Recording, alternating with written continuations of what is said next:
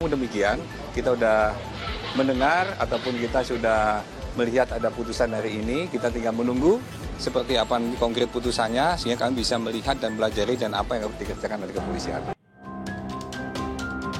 Anggota Polri hanya dapat menduduki jabatan di luar kepolisian setelah mengundurkan diri atau pensiun dari dinas kepolisian. Mengundurkan diri atau pensiun dari dinas kepolisian adalah persyaratan yang harus dipenuhi oleh anggota Polri untuk menduduki jabatan di luar kepolisian. Mahkamah Konstitusi atau MK memutuskan anggota polisi aktif dilarang menduduki jabatan sipil.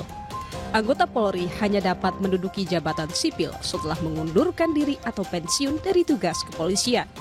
Larangan ini dikuatkan usai MK mengabulkan gugatan terhadap Undang-Undang Nomor 2 Tahun 2002 tentang Kepolisian Republik Indonesia.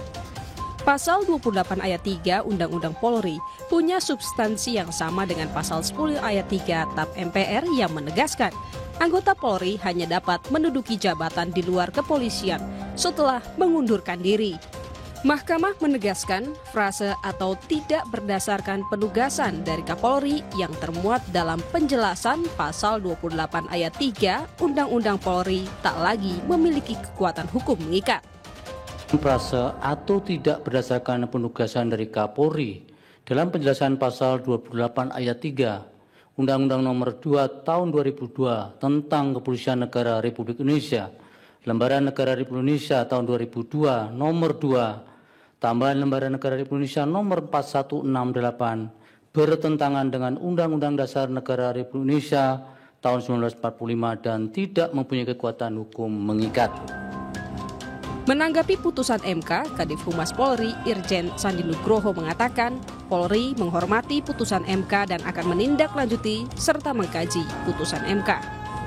Permintaan dari lembaga-lembaga yang membutuhkan kehadiran Polri di sana dan dilengkapi dengan izin dari Pak Kapolri. Namun demikian, kita sudah mendengar ataupun kita sudah melihat ada putusan hari ini, kita tinggal menunggu seperti apa konkret putusannya sehingga kami bisa melihat dan pelajari dan apa yang harus dikerjakan oleh kepolisian.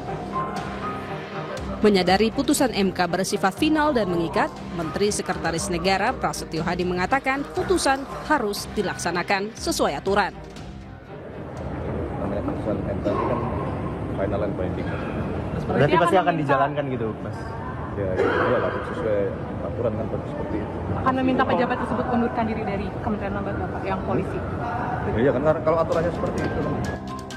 Menteri Koordinator Bidang Hukum, Hak Asasi Manusia, Imigrasi, dan Permasyarakatan Yusril Ihza Mahendra yang juga sekaligus anggota Komisi Percepatan Reformasi Polri menyebut putusan MK nomor 114 PUU 23 2025 itu juga akan menjadi bahan masukan bagi Komisi Percepatan Reformasi Kepolisian.